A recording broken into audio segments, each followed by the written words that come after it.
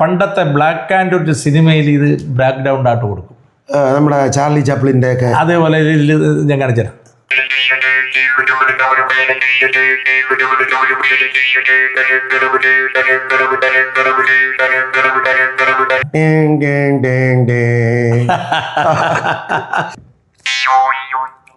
മാനത്തെ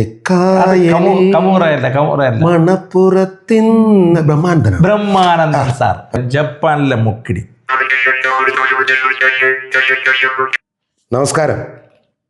നെയ്യാറ്റിങ്കര വാഴും കണ്ണാ നിൻ മുന്നിലൊരു നെയ്വിളക്കാകട്ടെ എൻ്റെ ജന്മം എന്നുള്ള ആ മനോഹരമായ ഭക്തിഗാനം എല്ലാവരും കേട്ടിട്ടുണ്ട്.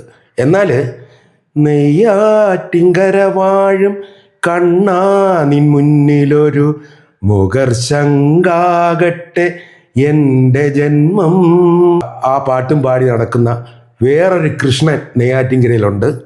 നെയ്യാറ്റിങ്കര കൃഷ്ണൻ. ആദ്യം നമ്മൾ പറഞ്ഞത് നെയ്യാറ്റിങ്കര കണ്ണൻ. ആ കൃഷ്ണനെ നമുക്ക് പരിചയപ്പെടാം. നമസ്കാരം സാറേ. നമസ്കാരം സാർ. നമസ്കാരം. ഒരുപാട് കേട്ടിട്ടുണ്ട്, കാണാൻ കഴിഞ്ഞത് ഇപ്പോൾ ആദ്യമായിട്ടാണ്. അപ്പം ഈ മുഖർശങ്ക് എന്താണെന്ന് പുതിയ തലമുറയ്ക്ക് ചിലപ്പോൾ അറിയാൻ വഴിയില്ല, അല്ലേ? അതെ. അവർക്ക് വേണ്ടി ഒരു ചെറിയൊരു സംഭവം ഒന്ന് കാണിച്ച് പരിചയപ്പെടുത്താം. ഞാൻ പരിചയപ്പെടുത്തി തരാം. മുഖർശങ്ക് എന്ന് പറഞ്ഞ ഇതാണ്.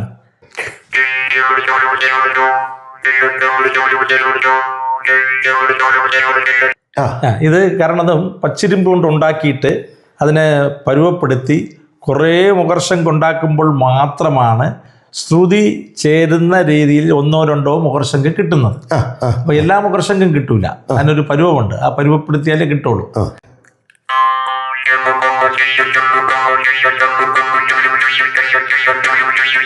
അപ്പം ആ മുഖർശങ്ക് വെച്ചാണ് നമ്മൾ കച്ചേരിക്ക് വായിക്കുന്നത്. കച്ചേരിക്ക് മാത്രമല്ല, പിന്നെ ഹരികഥ, പിന്നെ ഭജന, ഫ്യൂഷൻ പ്രോഗ്രാം, മൃദംഗം വാച്ച് വാദ്യവൃന്ദം ഇങ്ങനെയുള്ളതിനൊക്കെ മുഖർശങ്ക് പ്രയോജനപ്പെടുത്തും. അതൊന്ന് നമ്മുടെ പുതിയ തലമുറയ്ക്ക് ഞാൻ കാണിച്ചു കൊടുക്കാം സാർ. സാർ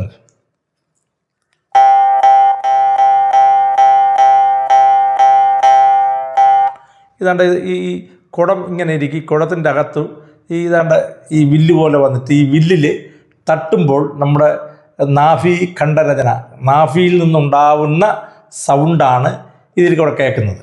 അതെ. അകത്തോട്ട് നോക്ക്.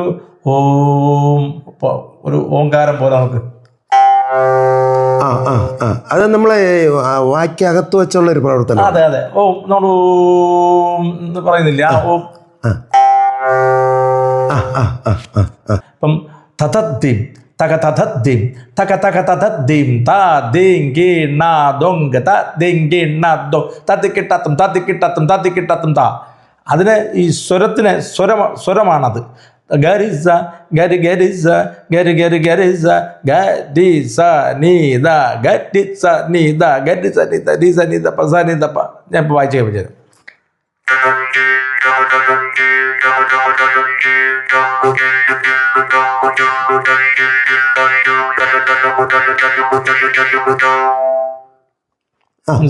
അങ്ങനെയാണ് കൊണ്ടുവരുന്നത്. അതേപോലെ തന്നെ നമ്മുടെ നാട്ടിൽ ഇപ്പം ഈ മുഖർശങ്ക് എന്ന് പറയും. മലയാളക്കരയിൽ മുഖർശങ്ക് എന്ന് പറയും. തമിഴ്നാട്ടിൽ അതിനെ മോർസിംഗ് എന്ന് പറയും. മോർസിംഗ്. ഞാൻ പലപ്പോഴും എനിക്ക് തെറ്റിപ്പോയിട്ടുണ്ട്. അപ്പം ഞാൻ ഉദ്ദേശിച്ചത്, ഞാൻ പറയുന്നത് തെറ്റാണോ എന്നറിയാൻ വേണ്ടി പലരിടത്തും ചോദിച്ചിട്ടുണ്ടെങ്കിൽ അവർക്ക് കൃത്യമായിട്ട് അറിയാൻ വയ്യ. ഇതിപ്പോൾ നമ്മൾ മുഖർശങ്ക് എന്ന് പറയും. ഇത് തിരിച്ച് തമിഴ്നാട്ടിലോട്ട് പോകുമ്പോൾ മോർസിംഗ് എന്ന് പറയും. മോർസിംഗ് വാസിക്കലാമ ഒരു മോർസിംഗ് വായിക്കാൻ പറയുന്നതാണ്. മുഖർശങ്ക് വായിക്കാമോ? അത് മലയാളത്തിൽ. അപ്പൊ ഇപ്പോഴത്തെ ഈ പുതിയ പാട്ടുകളിലൊന്നും ഞാൻ വേറൊരു കാര്യം ചോദിച്ചോട്ടെ. ഈ മുഖർശങ്കും മാത്രം വച്ച് ഒരു ഗാനം ഉണ്ടായിട്ടുണ്ടോ? ഉണ്ടല്ലോ. ദാസേട്ടൻ്റെ സാമി സംഗീതം ആലപിക്കും എന്നുള്ള ഒരു പാട്ടുണ്ട്. അതിൽ മുഖർശങ്ക് മാത്രം, ഈ പാട്ട് ദാസേട്ടൻ പാടാൻ ഈ മുഖർശങ്ക് മാത്രം ബാക്ക്ഗ്രൗണ്ട് കൊടുത്ത് വായിച്ചിട്ടുണ്ട്. അതുകൂടാതെ പിന്നെ നമ്മുടെ ചന്ദന മണിവാതിൽ പാതിച്ചാരി സിന്ദോളം കണ്ണിൽ തിരയിളക്കി അത്രയ്ക്കും ടോപ്പിൽ നമുക്ക് പാടാൻ പറ്റും. അതെ അതെ അതെ. ആ പാട്ടില് പുല്ലാങ്കുഴല്, ഒരു വയലിന്, ഒരു തബല, ഒരു മുഖർശംഖ്, ഈ നാലും മാത്രമേ ഉള്ളൂ. നമ്മുടെ വേണുഗോപാലിന്റെ പ്രശസ്തമായ പാട്ട് ജി വേണു ചേട്ടന്റെ ഏറ്റവും വലിയ ഒരു ഗാനമായിരുന്നു അത്. ബ്രഹ്മാനന്ദ സാറിന് മുഖർശംഖ് നിർബന്ധമാണ്, അത്യാവശ്യം. ഗാനമേളക്കാണെങ്കിൽ ആ പാട്ട് ഇതേപോലത്തെ സെലക്ട് ചെയ്ത പാട്ട് വരുമ്പോൾ മുഖർശംഖ് വായിക്കാൻ പറയും. ഓ അത് ശരി. അങ്ങനെ ബ്രഹ്മാനന്ദ സാർ ബന്ധം കമുകറ മുഖർശംഖ് നിർബന്ധം പാട്ടും വയ്ക്കും. പുതിയ തലമുറയ്ക്ക് മുഖർശംഖ് വച്ചാലും ശരി വച്ചില്ലെങ്കിൽ ശരി ഒരു കാശ് മേടിക്കുന്നു, പിന്നെ പാട്ട് പാടുന്നു, പോകുന്നു. ഉദാഹരണം ഞാൻ പറഞ്ഞുതരാം. നമ്മുടെയൊക്കെ കാലഘട്ടത്തില് അതെ വന്ദേ മാതരം വന്ദേ മാതരം ഇതാണ് നമ്മൾ കേട്ടു വളർന്നത്. അടുത്ത ഒരു തലമുറ പിന്നിട്ടപ്പോഴത്തേക്ക് വന്ദേ മാതരം അങ്ങനെ മാറി വന്നു. അപ്പൊ പുതുതലമുറയ്ക്ക് ഇഷ്ടം ഏതാണ്? ഈ വന്ദേ ആ സാധനമാണ് ഇഷ്ടം. അതില് മുഖർശംഖ് വായിച്ചിട്ട് കാര്യമില്ലല്ലോ. അത് ശരിയാണ്. പക്ഷെ നമ്മുടെ ഒരു ആധികാരികത അല്ലെങ്കിൽ ആ മെലോഡി കിട്ടണമെങ്കിൽ അതിലൊരു ഒരു ഒരു ഇൻപം കിട്ടുന്നുണ്ടെങ്കിൽ മുഖർശംഖ് ചേർത്ത്. പക്ഷെ വേറൊരു കാര്യമുണ്ട്, ഇപ്പൊ മെലഡി ഇല്ലല്ലോ. അത് ശരിയാ. അതെ അതെ അതെ. അപ്പങ്ങളെമ്പാടും ഒറ്റയ്ക്ക് ചുട്ടമ്മായി, അമ്മായി ചുട്ടത് മരുമോനിക്കായി. അത് മതി. താമസമെന്തേ ആ പാട്ട് ഇന്ന് വേണോ ആർക്കെങ്കിലും? ശരിയാ. ഒരു പുഷ്പം മാത്രമൻ പൂങ്കുലയിൽ നിർത്താം ഞാൻ ആർക്കെങ്കിലും വേണോ? അതെ. പക്ഷെ വേറൊരു കാര്യമുണ്ട് സാർ, ഓൾഡ് ഈസ് ഗോൾഡ്. ഒരു മാറ്റവും ഇല്ല.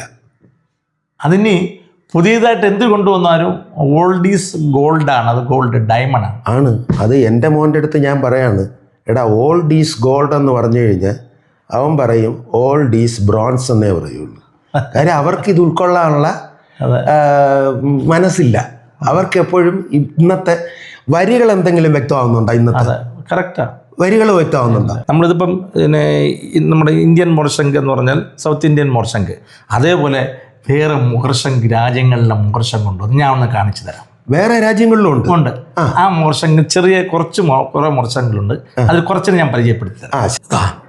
ഇത് മഷി ബുക്ക് എഴുതാൻ പറ്റും കേട്ടോ, കാണുമ്പോൾ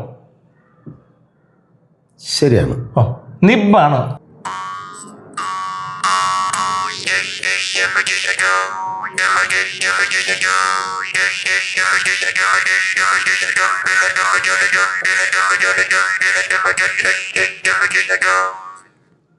ഇത് മറൻസാണോ? അത് ഇറ്റലി. അതെ. അമേരിക്കയിലെ മോർശംഖാണിത്. പണ്ടത്തെ ബ്ലാക്ക് ആൻഡ് വൈറ്റ് സിനിമയിൽ ഇത് ബാക്ക്ഗ്രൗണ്ട് ആയിട്ട് കൊടുക്കും. നമ്മുടെ ചാർലി ചാപ്ലിൻ്റെ ഒക്കെ അതേപോലെ ഞാൻ കാണിച്ചുതരാം.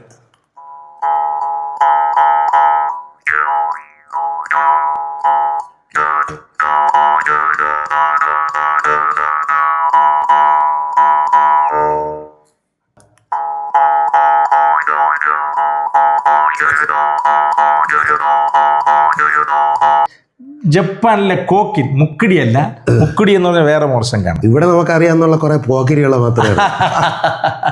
ജപ്പാനിലെ കോക്കരിയാണ്, പ്രത്യേകം ശ്രദ്ധിച്ചോളണം. കോക്കരിയല്ല ഇത്. അപ്പം കോക്കിൻ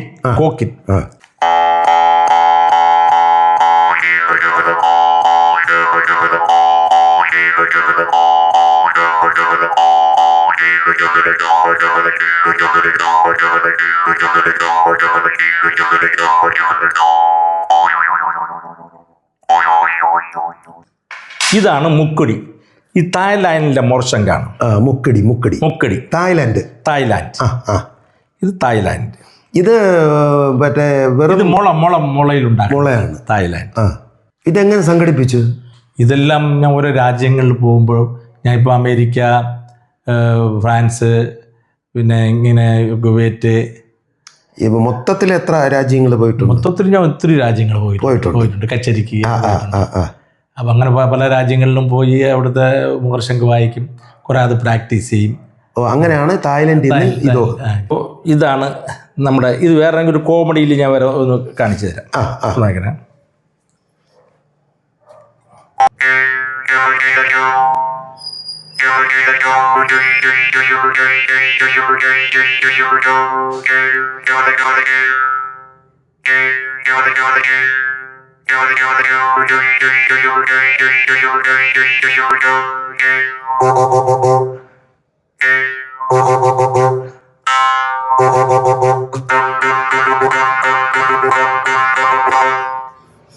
ഇത് ഒരാൾ തെന്നി വീഴുമ്പോൾ ഒരു സാധനം കാണിക്കുമല്ലോ. തെന്നി വീഴ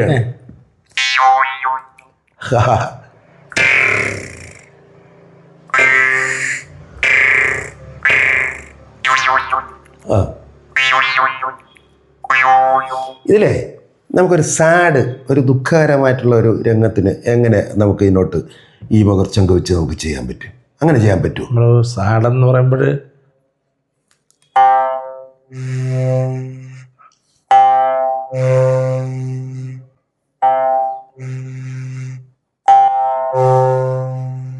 ഇങ്ങനെയൊക്കെ നല്ലൊരു ഹാപ്പി മൂഡാണെങ്കിൽ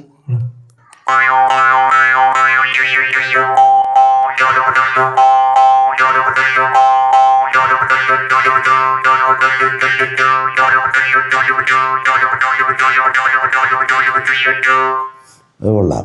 ഈ ചില മണ്ടന്മാർ വരുമ്പോൾ ചില ബാക്ക്ഗ്രൗണ്ട് മ്യൂസിക് കാണിക്കുമല്ലേ, മണ്ടന്മാർ വരുമ്പോൾ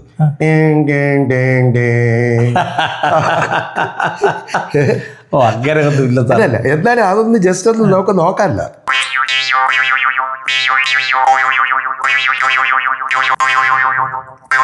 ഓക്കെ ഓക്കെ ഓക്കെ. അപ്പോൾ ഇനി ഞാൻ വേറെ 1-2 കാര്യങ്ങൾ ചോദിച്ചോട്ടെ. ഇതിപ്പോൾ എത്ര വർഷമായി? ഞാൻ ഇപ്പോൾ 40 വർഷം കഴിഞ്ഞു. എത്രാമത്തെ വയസ്സിലാണ് ഇത് തുടങ്ങിയത്? ഞാൻ തുടങ്ങിയത് 10 വയസ്സിൽ. 10 വയസ്സിൽ. അപ്പോൾ ഇപ്പോൾ എത്ര വയസ്സായി? എനിക്കിപ്പോൾ 62 ആവും. 62. 10ാമത്തെ വയസ്സിൽ തുടങ്ങി. അപ്പോൾ ഈ മൃദംഗം, വയലിൻ, ഹാർമോണിയം ഇങ്ങനെയൊക്കെ ഉള്ള വാദ്യോപകരണങ്ങളുണ്ട്. അപ്പോൾ ഈ ബഗർശങ്കിലോട്ട് തന്നെ വരാനുണ്ടായ സാഹചര്യം, ഞാൻ കുറച്ച് വയലിൻ പഠിക്കുമായിരുന്നു. അപ്പോൾ അത് കഴിഞ്ഞ് വയലിൻ പഠിച്ചിട്ട് വയലിനെ പഠിക്കാൻ ഒരുപാട് സാധ്യതകളും അതിനെക്കുറിച്ച് അധികാരമായിട്ട് പഠിക്കാൻ ഒരുപാട് പാടുമുണ്ട് വയലിൻ. അപ്പോൾ എൻ്റെ സഹോദരിയുടെ ഭർത്താവ് തിരുവനന്തപുരം വി കാർത്തികേയൻ എന്ന് പറയും. അദ്ദേഹം ആൾ ഇന്ത്യ റേഡിയോ സ്റ്റേഷനിൽ ജോലി ഉണ്ടായിരുന്നു. അപ്പോൾ അദ്ദേഹത്തിൻ്റെ അടുത്ത് ഞാൻ ഇങ്ങനെ സൂചിപ്പിച്ചു പറഞ്ഞു, ഒരു കാര്യം ചെയ്യും, മൊഗർശങ്ക് പഠിക്കാം എന്ന് പറഞ്ഞു. അപ്പോൾ അദ്ദേഹത്തിൻ്റെ അടുത്ത് ഘടം പഠിക്കാൻ നോക്കി, അതും ശരിയായില്ല. അങ്ങനെ അദ്ദേഹമാണ് PT വെങ്കടാചലം അയ്യർ എന്ന എൻ്റെ ഗുരുനാഥൻ്റെ അടുത്ത് കൊണ്ടാക്കി. തിരുവനന്തപുരത്ത് കൊച്ചുവള്ളത്തിരിവാണ്. PT വെങ്കടാചലം അയ്യർ ഇങ്ങനെ ബ്രാഹ്മിൺസിൻ്റെ ഇടയിൽ വാദ്യാരായിരുന്നു. അത് ശരി. ഇപ്പം ബ്രാഹ്മണ ക്ഷേത്രത്തിൻ്റെ നടയിൽ ഞാൻ അവിടെ പോയിരുന്ന് അദ്ദേഹത്തിൻ്റെ ഗുരുകുല സമ്പ്രദായം എന്ന രീതിയിൽ ഞാൻ പഠിക്കുമായിരുന്നു. അങ്ങനെയാണ് തുടങ്ങി. കുറേ കഴിഞ്ഞതിന് ശേഷം മാവേലിക്കര SR രാജു സാറിൻ്റെ കൂടെ ഉപരിപഠനം എന്നുള്ള പഠിക്കാൻ തുടങ്ങി. അങ്ങനെ കുറേ കച്ചേരിക്ക് സാറിൻ്റെ കൂടെ പഠിക്കുകയും പിന്നെ കച്ചേരികൾ വായിക്കാൻ തുടങ്ങുകയും അങ്ങനെയാണ് ഞാൻ ഈ ഫീൽഡിൽ ഇതായത്. ഏതെല്ലാം പ്രഗത്ഭരോടൊപ്പം കച്ചേരികളിൽ പങ്കെടുത്തിട്ടുണ്ട്? ഞാൻ നേരത്തെ പറഞ്ഞ പോലെ ദക്ഷിണാമൂർ സ്വാമി, യേശുദാസ്, പിന്നെ കൈതപ്പുറം, ശങ്കരൻ നമ്പൂരി, പിന്നെ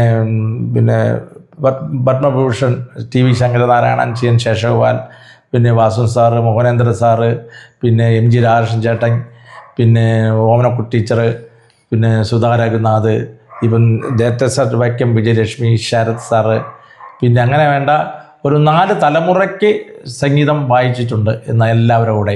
അത് ശരി. അതെ, അതിനുള്ളൊരു ഭാഗ്യമുണ്ടായി. അതെ. ഇത്രയും ആളുകളെ പരിചയപ്പെട്ടതിൽ ഏറ്റവും സൗഹൃദപരമായിട്ട് പെരുമാറുന്ന ആരാണ്? ഞാൻ ഇത്രയും ഒരുപാട് സൗഹൃദം എന്ന് പറയണത് മാവേലിക്കര SR രാജു സാറിന് എൻ്റെ ജീവിതത്തിലൊരു വഴിത്തിരിവാണ്. അദ്ദേഹമാണ് എന്നെ ഇതിലൊരു വഴിത്തിരിവുണ്ടാക്കിയത്. നെയ്യാറ്റിക്കര വാസു സാറ് എന്നെ മാവേലിക്കര SR രാജു സാറിനെ പരിചയപ്പെടുത്തിയെങ്കിലും അദ്ദേഹത്തിൽ കൂടെയാണ് എന്നെ ഞാൻ കൂടുതൽ ഈ അറിയപ്പെട്ടതും കൂടുതൽ കച്ചേരികൾക്കൊക്കെ വായിക്കാൻ തുടങ്ങിയത്. അത് ശരി. ഇപ്പൊ ഈ പുതിയ തലമുറയിൽ ഒരുപാട് ഗായകരുണ്ടല്ലോ, അവരിൽ ആരെങ്കിലും ആയിട്ട് ബന്ധപ്പെട്ട് കച്ചേരി നടത്താൻ പറ്റിയിട്ടുണ്ടോ? പിന്നെ പുതിയ തലമുറയൊക്കെ വിളിക്കുന്നുണ്ട്. ഇപ്പം പുതിയ തലമുറ ഇപ്പം പിന്നെ നെടുങ്കുന്നം ശ്രീദേവ് പ്രോഗ്രാം വിളിക്കുന്നുണ്ട്. അതേപോലെ തന്നെ പുതിയ തലമുറ എന്ന് പറഞ്ഞാലും ഏറ്റവും നല്ല പാട്ടുകാരനാണ് ചെങ്കോട്ട ഹരിഹര സുബ്രഹ്മണ്യം. സൂപ്പർ പാട്ടെന്ന് പറഞ്ഞാൽ അദ്ദേഹം പറയുന്നത് ജപകോടി ഗുണം ധ്യാനം, ധ്യാനകോടി ഗുണം ജപകോടി ഗുണം ഗാനം ഗാനാത്മത. ഗാനം എന്ത് ജപിക്കേ പറയേ എല്ലാം ചെയ്താണ് അവസാനം ഗാനം ഗാനാത്മജം. ഗാനം ഇതിൽ ഭഗവാന്റെ പാട്ടുകൾ പാടി അതിനെ ഗാനാത്മകം ആക്കുക, അതിനെ കൊണ്ട് സന്തോഷിപ്പിക്കുക. ഇതിൽ വേറെ ഒന്നുമില്ല. അത് എല്ലാം സങ്കീർത്തനമാണ്, എല്ലാം കീർത്തനമാണ്. വേറെ ഒന്നിനെയും നമ്മൾ മാറ്റി നിർത്തുന്നില്ല. എല്ലാവരിലും സംഗീതമുണ്ട്, എല്ലാവരിലും താളബോധമുണ്ട്, എല്ലാവരിലും അഭിനയമുണ്ട്. അപ്പം ഇതെല്ലാം എല്ലാവരിലും ഉണ്ടെങ്കിലും അതിനെ മെച്ചപ്പെടുത്തി കൊണ്ടുവരിക. അതുമാത്രമല്ല, അത് പ്രകടിപ്പിക്കാനുള്ള വേദികളില്ല. പണ്ട് അങ്ങനെയല്ല, അങ്ങനെ സാധിക്കില്ലായിരുന്നു. ഇപ്പം നമ്മൾ പൊക്കിയെടുത്ത് നമ്മൾ മെനക്കെട്ട് കൊണ്ടുവരേണ്ടി വരും. ഇപ്പം അങ്ങനെ തന്നെയും അതിനെ സ്വീകരിക്കാൻ ആളില്ല. ഇപ്പൊ സ്വീകരിക്കാൻ ആളുണ്ട്. മക്കള് പിന്നെ രണ്ടുപേരും, ഉണ്ണികൃഷ്ണൻ, ഉമാകൃഷ്ണൻ. പുള്ളിക്കാരൻ വയലിനിസ്റ്റാണ്. മോൻ വയലിനിസ്റ്റാണ്. IRB പോലീസിൽ IRB എന്നുള്ള ഒരു ബറ്റാലിയനിൽ ജോലി നോക്കുന്നുണ്ട്. നന്നായിട്ട് വയലിൻ വായിക്കും, പിന്നെ നന്നായിട്ട് പ്രൊഫഷണൽ ആർട്ടിസ്റ്റാണ്, നന്നായിട്ട് വായിക്കും, ഫ്യൂഷനൊക്കെ ചെയ്യുന്നുണ്ട്. പിന്നെ മരുമകള് കാഷ്യൂ കോർപ്പറേഷനിൽ ജോലിയുണ്ട്. പാടൂല. അതേപോലെ മോള് ഉമാകൃഷ്ണൻ, ഭർത്താവ് സജീഷ്. സർക്കാർ തലത്തിൽ ഇതിന് എന്തെങ്കിലും ഒരു പ്രൊമോഷനോ അങ്ങനെ എന്തെങ്കിലും ഉണ്ടായിട്ടുണ്ടോ? ഉണ്ട്. സർക്കാർ തലത്തിൽ എനിക്ക് 2008 ഇപ്പോഴല്ല, 2000 എത്ര വർഷം മുമ്പെയാണ്. 2008 സംഗീത നാടക അക്കാദമിയുടെ അവാർഡ്, പ്രഥമ മൊഗർശങ്കൻ്റെ അവാർഡ് കേരളം ഉണ്ടായിട്ട് മാത്രമല്ല സംഗീത നാടക അക്കാദമി ഉണ്ടായിട്ട് ഇതുവരെ അങ്ങനെ ഒരു അവാർഡ് കൊടുത്തിട്ടില്ലായിരുന്നു. അത് ശരി. അങ്ങനെ ആദ്യമായിട്ട് മൊഗർശങ്ക് എന്നുള്ള രീതിയിൽ, മൊഗർശങ്ക് വാദ്യം എന്നുള്ള രീതിയിൽ അംഗീകരിക്കപ്പെട്ടുകൊണ്ട് എനിക്ക് 2008 മൊഗർശങ്കിൻ്റെ ഒരു സംഗീത നാടക അക്കാദമിയിൽ അവാർഡ് കിട്ടി. ഇനിയിപ്പോൾ മനസ്സിലുള്ള ഒരു ആഗ്രഹം എന്താണ്? ഇനി ഗുരുവായൂരപ്പൻ്റെ ഒരു അനുഗ്രഹം കൊണ്ട് വേറെ ഒന്നുമില്ല. ഇനി ആഗ്രഹം പറയാമെന്നുള്ള എല്ലാം നല്ല രീതിയിൽ ആ ഭഗവാൻ നമുക്ക് ആരോഗ്യ സൗഖ്യം തരണം. അത് മാത്രമേ ഒരു പ്രാർത്ഥനയുള്ളൂ. ഞാൻ ഉച്ചരിക്കുന്നതെല്ലാം സംഗീതമായി മാറണം എന്നുള്ള ആഗ്രഹത്തോടുകൂടി ശിഷ്ടകാലം കഴിയണം എന്നാണ് എൻ്റെ ആഗ്രഹം. ചുരുക്കി പറഞ്ഞാൽ, ഈ മനോഹര തീരത്തു തരുമോ ഇനിയൊരു ജന്മം കൂടി, എനിക്കിനിയൊരു ജന്മം കൂടി. അങ്ങനെ ഒരു ജന്മം, ഭാഗ്യമുള്ളൊരു ജന്മം കൂടി ഉണ്ടാവട്ടെ എന്ന് പ്രാർത്ഥിക്കുന്നു. നന്ദി, നമസ്കാരം. സന്തോഷം സാർ. ഇത്രയും നേരം എൻ്റെ ഒരു എളിയ ഒരു ഇൻ്റർവ്യൂ എടുത്തതിന് സന്തോഷം. നമസ്തേ.